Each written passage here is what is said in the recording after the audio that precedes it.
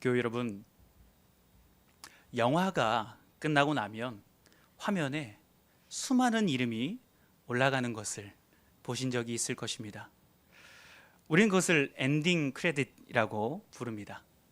엔딩 크레딧을 보면 주연 배우의 이름부터 크게 이렇게 쭉 나오고 그 다음 출연하신 분들이 이렇게 쭉 이어지죠. 그리고 그 뒤로 계속해서 보이지 않는 곳에서 조명을 비추고 마이크를 잡고 식사를 준비하고 의상을 챙겼던 수많은 스태프의 이름이 아주 작은 글씨로 지나갑니다. 대부분의 관객은 그 이름을 다 읽지 않고 영화 참 재미있게 잘 봤다 라고 하면서 옆 사람과 이야기를 나누면서 자리를 뜨곤 하죠. 그러나 영화를 만든 감독에게 10분 가까이 흘러가는 엔딩 크레딧은 그 이름 하나하나 의미가 없는 이름은 단 한 명도 없을 것입니다. 왜냐하면 그들이 없었다면 영화는 완성될 수 없었기 때문이죠. 오늘 우리가 읽은 로마서 16장은 마치 엔딩 크레딧과도 같습니다. 로마서는 기독교 교리의 정수라고 불리는 그런 서신이기도 하죠. 바울 사도는 1장부터 15장까지 복음의 깊이와 하나님의 예정, 이스라엘 회복과 그리스도인의 윤리에 대해서 치밀하게 쫙 논쟁을 합니다. 그런데 이 거대한 대서사시의 마지막인 16장에 들어가면 갑자기 분위기가 바뀝니다. 마치 감독이 영화를 마치면서 함께 고생했던 스태프들의 이름을 하나하나 호명하면서 감사를 전하는 것처럼 바울은 로마 교회의 수많은 동역자들의 이름을 부릅니다. 감사함을 표시하는 거죠. 그런데 독자인 우리는 성경을 읽다 보면 이 대목에서 집중력이 흐려지기 쉽습니다. 이름이 계속해서 나오잖아요. 누가 누구한테 문안하라, 누구한테 문안하라. 아는 이름도 사실은 없고 그저 인사치레 하는 것은 아닌가라는 그런 생각을 하면서 슥 지나칠 수도 있는 그런 내용들입니다. 하지만 성령 하나님께서 이 이름들을 성경에 기록하게 하신 데에는 분명한 이유가 있습니다. 이 이름들 속에는 1세기 로마 교회의 살아있는 모습이 담겨져 있고 하나님께서 어떤 사람을 복음의 일꾼으로 인정하시는가를 고스란히 잘 담아내고 있습니다. 12월 31일 한 해를 마무리하고 또 새로운 한 해를 앞둔 오늘, 우리는 이 명단에 담긴 바울의 고백을 통하여서 우리의 모습을 한번 돌아보고자 합니다. 말씀을 통해서 한 해 동안 이름도 없이 빛도 없이 교회를 위해 헌신한 교우 여러분들을 격려하시고 위로하시는 성령 하나님의 은혜가 있기를 소망하고, 더 나아가 계속해서 우리 작은 목자들 교회가 참된 소망을 꿈꾸면서 나아가는 기회가 되기를 소망해 봅니다. 사도 바울은 로마서라는 이 교리를 이렇게 쭉 말씀을 쭉 나열한 다음에 16장에 이르러서 이 거대한 복음의 역사가 가능하게 되었던, 그것을 도왔던 구체적인 인물들의 이름을 하나하나 호명하기 시작합니다. 그런데 이 첫 번째 주인공은 바울의 사역이 무너지지 않도록 안팎에서 지탱해준 든든한 버팀목들이었죠. 먼저 우리가 읽었던 1절과 2절에 등장하는 베베를 한번 봐보십시오. 그녀는 갱그레아 교회의 일꾼이었습니다. 갱그레아는 고린도 동쪽에 위치한 항구 도시였는데요. 이 도시는 우상 숭배하고 또 세속적인 가치관이 이렇게 있었던, 어느 곳이나 항구 도시는 다 그 당시에 그랬습니다. 그런 곳에서 베베는 교회를 섬기면서 열심히 공동체를 돌보았습니다. 특히 바울이 그녀를 수식하면서 사용한 보호자라는 단어에는 엄청난 함의가 담겨져 있습니다. 우리말로 보호자라고 번역된 뜻의 원문 단어는 당시 헬라 사회에서 법적인 후원자 또는 고아나 과부, 나그네들의 법적 권리를 대신 행사해 주었던 강력한 조력자를 뜻했습니다. 그런 걸로 보아서 베베는 아마도 상당한 재력과 또 사회적인 지위를 가진 인물이었을 것으로 추정이 됩니다. 그러나 베베는 자신의 부를 그리고 자신의 지위를 결코 자신을 위해서 사용하지 않았습니다. 바울은 그녀가 나를 포함한 여러 사람의 보호자가 되었다라고 말을 하고 있습니다. 이는 전도자들이 복음을 전하다가 감옥에 갇히거나 법적 분쟁에 휘말렸을 때에 베베가 그 당시 그들을 변호하고 보호하는 울타리가 되어줬다는 것을 의미합니다. 베베가 이런 일들을 잘 감당하는 사람이었는데, 무엇보다 베베에게 놀라웠던 사실은 이 로마서라는 편지를 들고 그 험한 길을 건너간 사람이 바로 베베라는 것이었답니다. 당시 로마로 가는 길이 평탄한 길만 있었던 것이 아니었습니다. 때로는 거친 바다와 풍랑, 산맥을 넘어가야 했고, 또 그곳에 있는 강도도 만나기도 할 수 있을 정도로 그 강도 때도 피해야만 했었습니다. 또 혼자 여행하기에도 너무나 위험한 치안의 상황이 도사리고 있기도 했습니다. 하지만 베베는 바울의 신뢰를 한 몸에 받으면서 이 로마서라는 귀한 두루마기를 가슴에 품고 수백 킬로미터를 이동을 했습니다. 베베의 발걸음이 없었다면 오늘날 우리에게 전달된 이 로마서라는 것은 존재하지 않았을지도 모릅니다. 베베는 이렇게 자신의 수고가 전혀 적혀져 있지 않은 이 로마서를 들고 누구보다 강인하게 그 길을 걸어갔던 사람이었습니다. 베베만 이런 일을 감당했을까요? 더 있었습니다. 3절에서 바울은 우리에게 너무나 친숙했던 부부였던 브리스가와 아굴라를 소개합니다. 베베가 사역의 든든한 배경이었다면 이 브리스가와 아굴라는 사역의 현장에서 바울과 함께 피를 흘린 전우들이었습니다. 이들은 본래 로마에 살다가 글라우디오 황제가 유대인 추방령을 내렸을 때에 모든 기반을 잃고 고린도로 쫓겨온 난민들이었죠. 삶의 터전이 뿌리채 뽑히는 그런 고통 속에서도 그들은 원망하는 대신에 그곳에서 만난 바울과 함께 천막을 만들면서 복음을 전하는 사역자의 길을 택했습니다. 이런 브리스가와 아굴라에 대해서 바울은 4절에 이렇게 증언을 하고 있습니다. 그들은 내 목숨을 위하여 자기들의 목까지도 내놓았다. 이것은 단순히 목숨을 바칠 정도로 열심히 했다라는 그런 표현이 아닙니다. 학자들은 바울이 에베소에서 폭동에 휘말렸을 때에 이 부부가 바울을 대신해서 박해자들의 칼날 앞에 섰을 것이라고 추정을 합니다. 바울을 죽이려거든 우리를 먼저 죽여라 라고 하면서 자신의 목을 단두대에 올려놓는 심정으로 바울을 지켰던 것이죠. 또한 그들은 5절에 나오는 저의 집에 있는 교회를 섬기는 자들이었습니다. 당시 교회는 오늘날처럼 화려한 건물이 아니었죠. 자신의 집을 예배 처소로 내놓는다는 것은 사생활의 완전한 포기이자 기독교를 받게 했던 로마 공권력의 감시 타겟이 되겠다는 위험한 결단이었습니다. 그들은 매 주일 자신의 식탁을 성찬의 자리로 내놓았고 거실을 눈물 흘리는 기도의 처소로 내어주었었습니다. 이렇게 베베가 복음의 길을 닦는 개척자였다면 브리스가와 아굴라는 복음의 불꽃이 꺼지지 않도록 자신의 생명을, 자신의 모든 것을 내어준 동역자였습니다.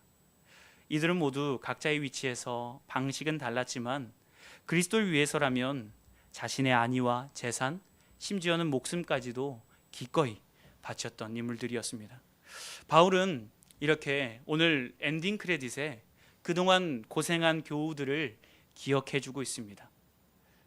우리가 오늘 이 시간 이 바울의 모습을 기억하면서 우리도 바울의 모습을 한번 닮아가기 원합니다. 우리 교회 안에도 이 시대의 베베와 브리스게와 아굴라 같은 분들이 정말 많습니다. 중요한 손길들이 너무나 많아요.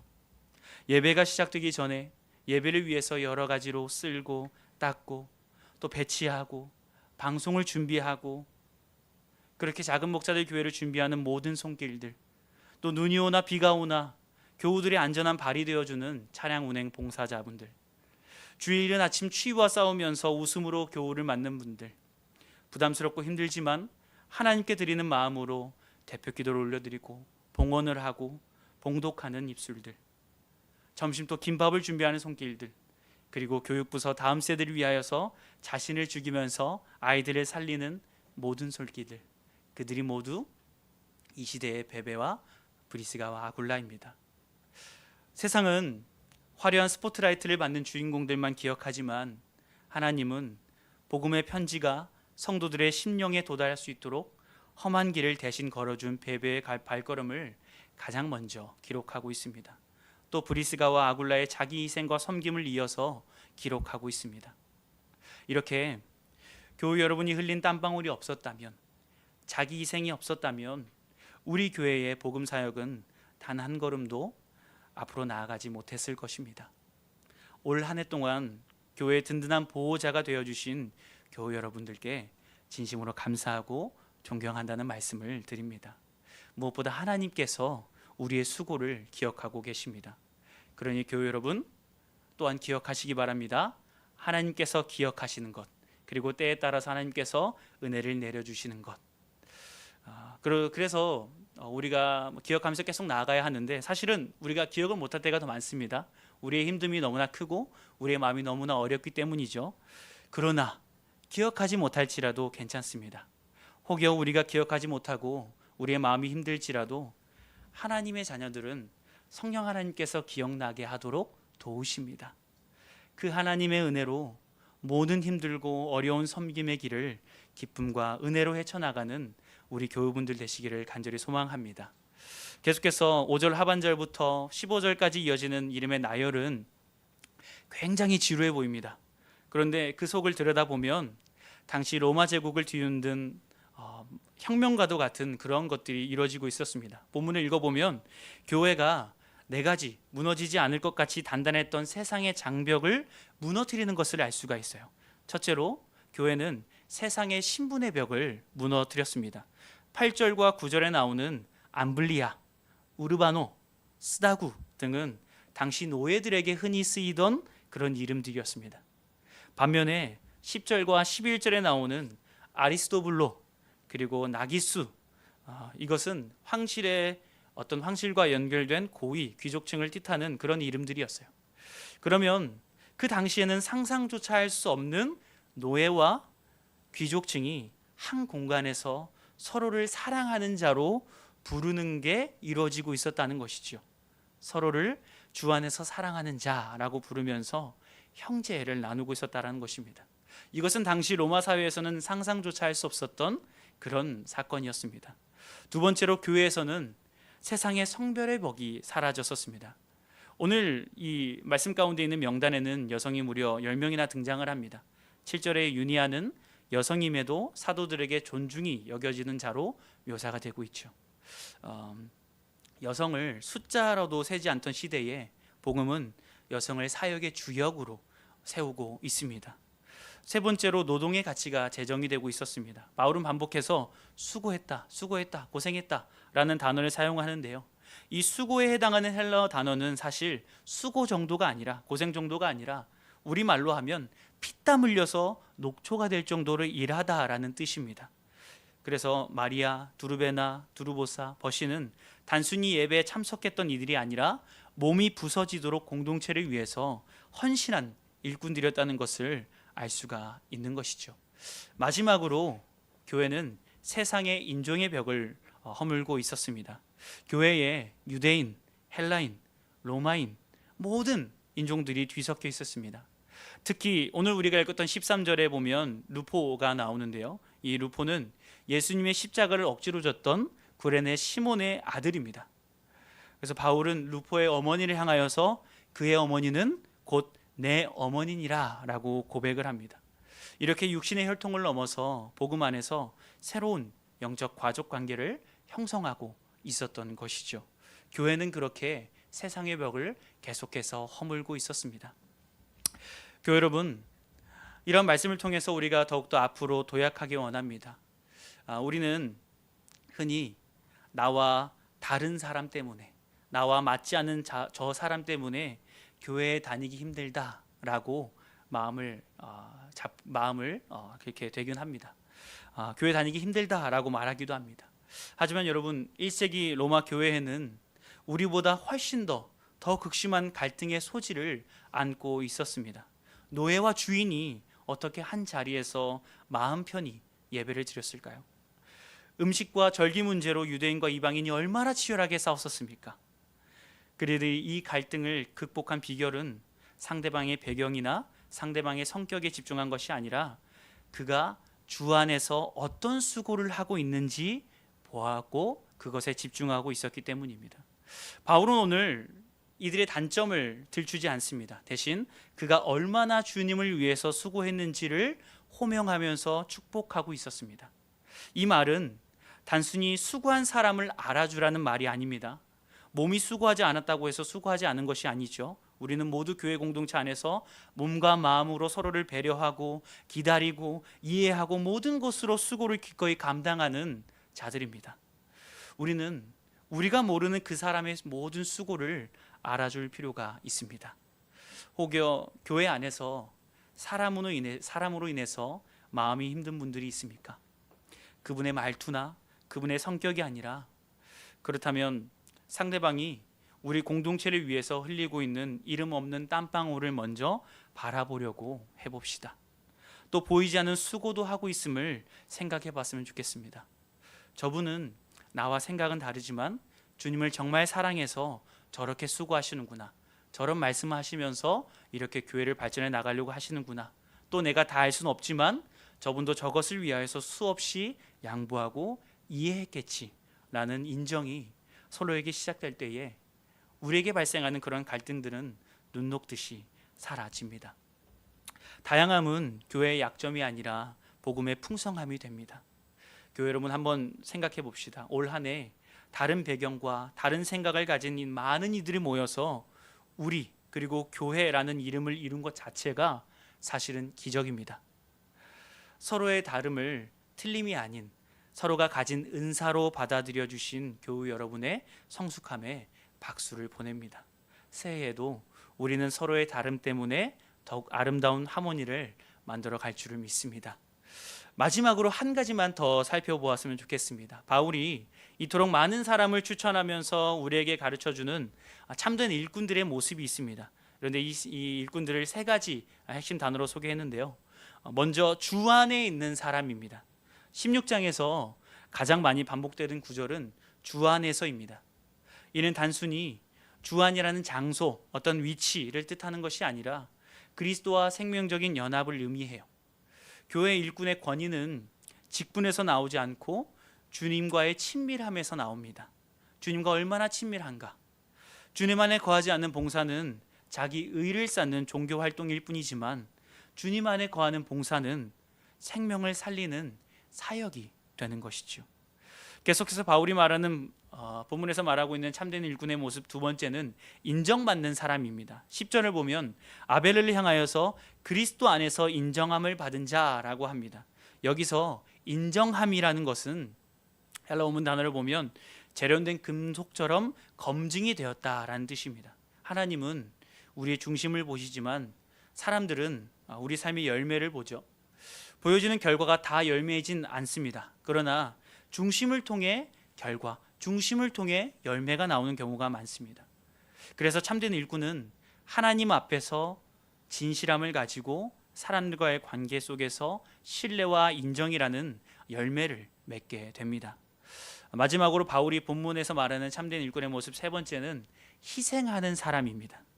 베베의 물질, 브리스가 부부의 목숨, 또 마리아의 육체적인 수고, 이 모든 이름 뒤에는 희생이라는 수식어가 붙겠죠. 희생이 없는 섬김은 관념에 불과합니다. 내 시간과 내 자존심, 내 편안함을 조금이라도 깎아내려서 타인의 빈 곳을 채울 때에 비로소 그리스도의 몸이 세워지게 됩니다. 교회 여러분들에게 이런 모습이 더욱더 나타나기를 소망해 봅니다. 일꾼이 되라는 소리가 아닙니다. 하나님을 사랑하는 중심이 보여지는 성숙한 신앙이 되기를 소망하는 것입니다. 우리 모두가 그 목표를 향하여서 달려가야 하지 않겠습니까? 짧은 기간이었지만 제가 교우님들을 보면서 많은 미소를 짓곤 했었습니다. 내년에는 하나님께서 우리 작은 목자들 교회의 모습을 보면서 더욱더 큰 미소를 지으시리라 생각해 봅니다. 교회 여러분, 한 해를 마무리하면서 우리 자신을 아까 말씀드렸던 참된 일꾼의 모습 세 가지, 이 거울을 통해서 한번 비추어 보면 좋을 것 같습니다. 주 안에 있는 사람, 하나님께 인정받는 사람, 희생하는 사람. 우리는 얼마나 주님과 연결되어 있는가? 우리는 공동체 안에서 저분이라면 믿을 수 있지라는 그런 인정과 신뢰를 받고 있는가? 그리고 우리는 누군가를 위해 내 소중한 것을 조금이라도 내어놓고 있는가? 제 생각에는 이미 우리 교회 여러분들은 이 길을 훌륭하게 걸어오신 것 같습니다.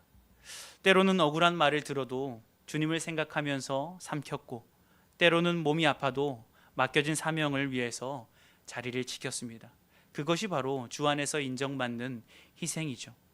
여러분의 그 거룩한 낭비가 있었기 때문에 우리 교회가 오늘 여기까지 올 수 있었습니다. 교회 여러분들의 이름은 단순히 교회 요람에 적힌 명단이 아니라 하나님의 그 역사의 한 페이지에 기록이 될 것입니다. 올 한 해 주님의 마음으로 수고하신 여러분들을 격려하고 축복합니다. 말씀을 맺어 가려고 합니다. 바울은 이 긴 문안 인사를 이렇게 마무리합니다. 16절에 보면 이렇게 나와 있는데요. 너희가 거룩하게 입맞춤으로 서로를 문안하라. 당시 문화에서 입맞춤은 가장 친밀한 가족 간의 인사였습니다.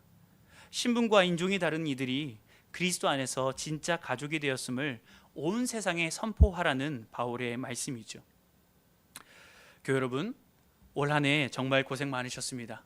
여러분이 흘린 눈물, 또 아무도 모르게 닦았던 교회의 의자, 또 갈등 속에서도 복음을 위해 참아냈던 그 인내를 우리 주님은 기억하시고, 또 바울처럼 여러분의 이름을 하나하나 적어 넣으시면서 기억하고 계십니다. 이제 우리는 다시 새로운 한 해의 문턱에 서 있습니다.